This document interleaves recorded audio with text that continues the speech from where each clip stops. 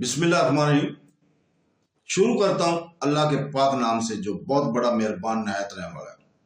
دوستوں، بہنوں، بھائیوں، بزرگوں، السلام علیکم۔ سلطان صلاح الدین ایوبی کی سلسلہ وار معلوماتی ویڈیو نمبر 73 میں ہم آپ کو خوش آمدید کہتے ہیں، اور اس قسط میں ہم بیان کر رہے ہیں کہ عرصہ دراز کے بعد صلاح الدین ایوبی کی ملاقات ہوتی ہے دوشیزہ شاریہ سے، جو کہ جوانی میں صلاح الدین ایوبی پر عاشق ہوئی تھی۔ تو دوستو، حلب کا اقتدار سنبھالنے اور امادین شہر سے خطاب کرنے کے بعد دوسرے دن سلطان صلاح الدین ایوبی اپنے استاد گرامی قاضی ابن ارسون سے ملاقات کرنے کے لیے ان کی درگاہ پہنچے۔ وہاں جا کر والی مصر کو یہ المناک خبر ملی کہ قاضی ابن ارسون کا انتقال ہوئے 5 سال گزر چکے ہیں۔ یہ سن کر سلطان صلاح الدین ایوبی کی آنکھیں عاشق بار ہو گئی اور بہت دیر تک اپنے دور طالب علمی اور استاد گرامی کی صحبتوں کو یاد کر کے روتے رہے۔ پھر جب والی مصر کی طبیعت کچھ سنبھلی تو انہوں نے درسگاہ کے منتظم سے پوچھا، استاد گرامی کی وفات کے بعد مدرسے کی نگرانی کون کرتا ہے اور درسگاہ کے اخراجات کیسے پورے ہوتے ہیں؟ منتظم نے افسردہ لہجے میں جواب دیا، قاضی صاحب کے شاگرد خاص محترمہ شاریہ بچوں کو تعلیم بھی دیتی ہیں، اور وہی اہل خیر حضرات کے گھر جا کر درسگاہ کے لیے چندہ جمع کرتے ہیں، جس سے درسگاہ کے اخراجات بمشکل پورے ہوتے ہیں۔ امیر عماد الدین کو تو علم سے کوئی دلچسپی ہی نہیں تھی، وہ تو چاہتے تھے کہ حلب کی تمام درسگاہیں بند ہو جائیں۔ یہ تو محترمہ شاریہ ہی کا دم ہے کہ وہ کسی نہ کسی طرح اپنے استاد کو یادگار کو قائم کیے ہوئے تھے۔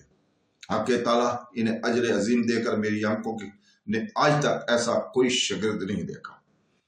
شاریہ کا نام سن کر سلطان صلاح الدین ایوبی برا طرح چونک اٹھے اور چند لمحوں میں والی مصر کی آنکھوں کے سامنے اس کا پورا لڑکپن اور شاریہ کی جنونی محبت کی بے شمار مناظر ابھر کر سامنے آ گئے۔ شاریہ کا نام سن کر سلطان صلاح الدین ایوبی کچھ دیر کے لیے ماضی کی یادوں میں گم ہو گئے۔ مدرسے کے منتظم نے والی مصر سلطان صلاح الدین ایوبی کی یہ حالت، یہ کیفیت دیکھ کر ادب کے ساتھ عرض کیا، سلطان محترم، آپ انہیں جانتے ہیں؟ وہ بہت نیک، باہمت اور عالم اور فاضل خاتون ہے۔ قاضی صاحب انہیں اپنی بیٹی کی طرح چاہتے تھے۔ منتظم کی بات سن کر سلطان صلاح الدین ایوبی خیالات کی دنیا سے نکل آئے۔ اور اس وقت کہاں ہے؟ والی مصر نے منتظم سے پوچھا۔ وہ عموماً اپنے حجرے میں ہی رہتی ہیں، منتظم نے جواب دیتے ہوئے کہا، بس کبھی کبھی مدرسے کے انتظامات کے سلسلے میں باہر جاتی ہیں، ورنہ ان کا سارا وقت عبادت ہی میں گزرتا ہے۔ تو پھر جا کر کہو کہ صلاح الدین ایوبی ان سے ملنے کا خواہش مند ہے۔ والی مصر کے لہجے سے درخواست کا رنگ جھلک رہا تھا۔